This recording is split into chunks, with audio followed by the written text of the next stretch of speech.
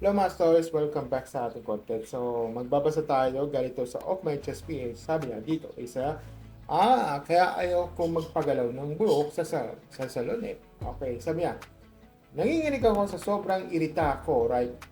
F word now. Okay? Right, F now. Sobrang dry na kasi ng ends ng hair ko because I keep coloring it. Kaya I decided na ipagupit na. Doon sana ako sa Suki kung salon kaso unfortunately permanently closed na sila kaya naghanap na lang ako ng ibang salon. So I found this salon na medyo malapit lang kung saan ako nagpapagupit before. Abay ang hairdresser. Okay. Hanggang sa may above na siko yung buhok ko. So sabi ko shoulder length lang. Shoulder length. Ito shoulder length yung lang kasi gusto ko lang kako natanggal yung dry end tapos ay layered niya na hairstyle. So okay, umupo na ako sa trono, putangin. She chopped my hair hanggang sa may collar ko. Collar? Ito! Nagulat ako as yung binawas niya sa buko. Hindi pa man din ako confrontational ng tao.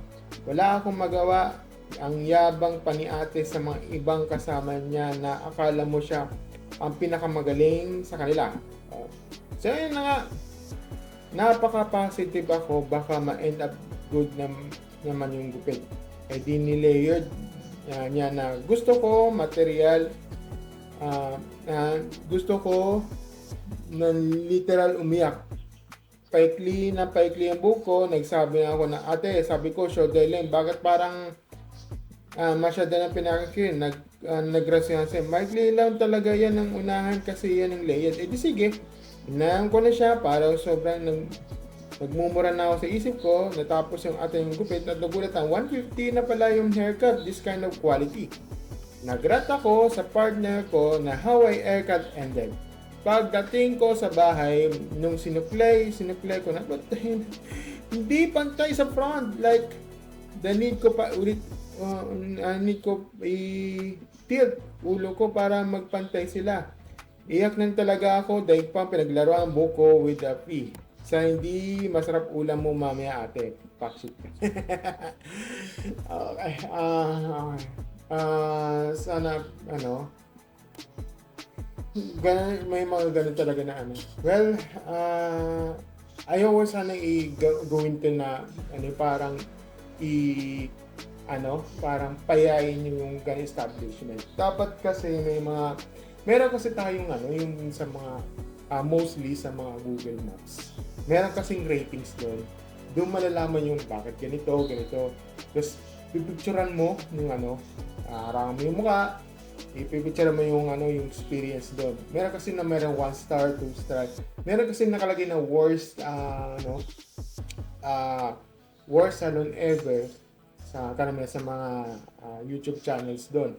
So, yun talagang kailangan mong feedback doon. Yung sa Google Maps kasi, meron kasi doon na parang i-rate mo sila ng 1 to 5, 1 star to 5 star yon. So, yun lang ang tanggawin na lang na ilagay mo na lang sa 1 star. Kasi kahit anong rant mo, kahit kahit anong gawin yan, nandun na eh.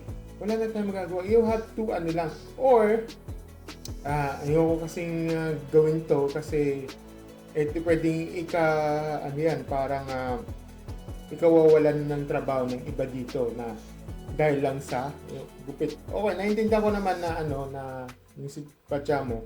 Pero mas mainam na i-rate mo na lang, mas maganda na i-rate mo na lang sa Google Maps. For example, ito na sa Maps, sa Google na to, tapos sa hanapin mo yung establishment nito. Kahit pag walang establishment yung nakalagay dito, ilagay mo na lang doon na or yun dapat this man experience ganito na na hindi pantay yung pagkagupit, ikaw 1 star ganyan. Yun pwede yun beauty salon. So, yan. So,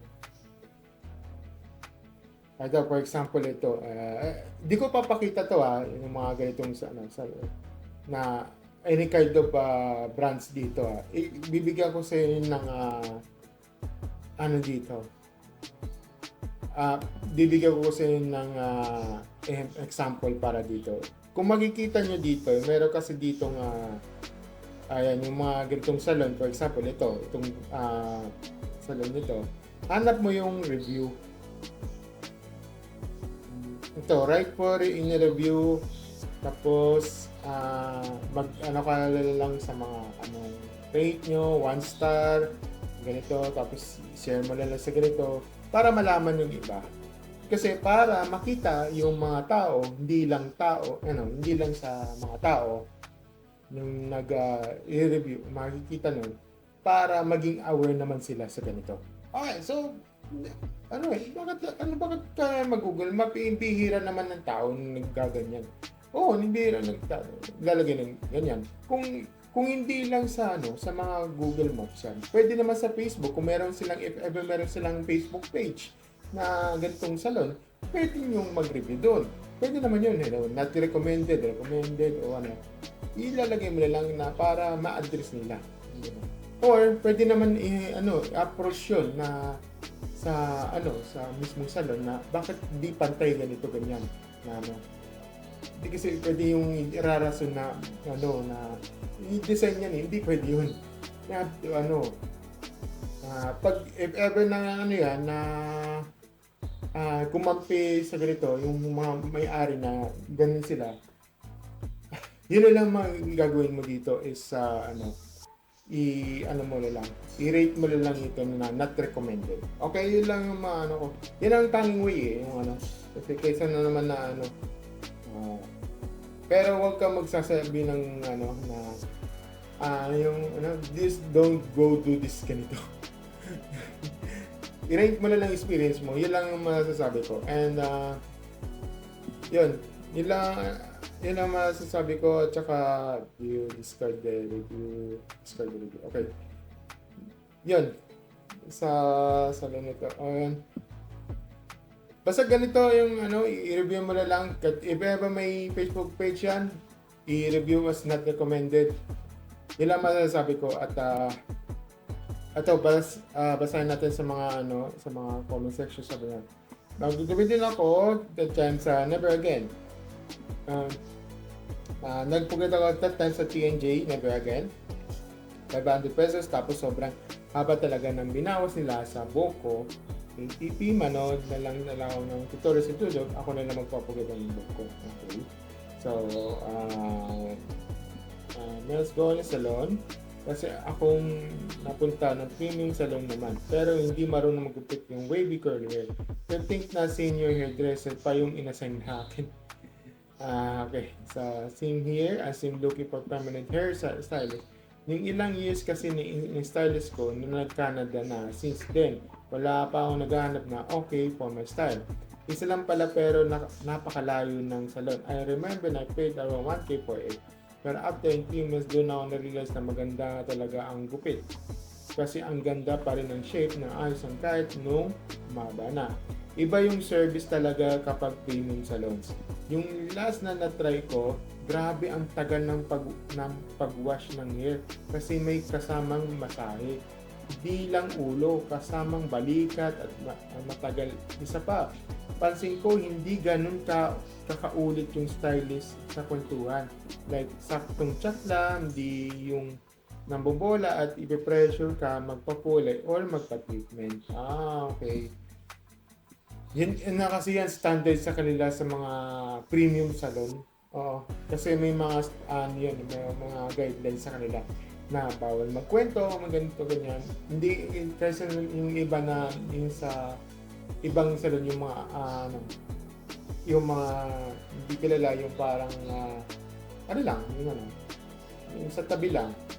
Yun talaga yung standard, hindi standard din. Okay, so sabi nga, same after stop the rebound sa studying girl journey, I realized ko na those cheap salons can do anything right after the rebounds. I guess Di rin sila marunong magkupit at mag-treat ng curly hair. Grabe pinaggagawa nila ni hair ko. I went to Goldilocks Bar, came up the bruha after the haircut.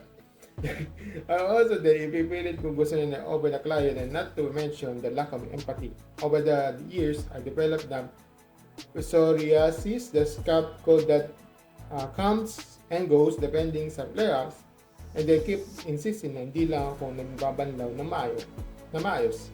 Even though they inform them over and over again about the skin condition.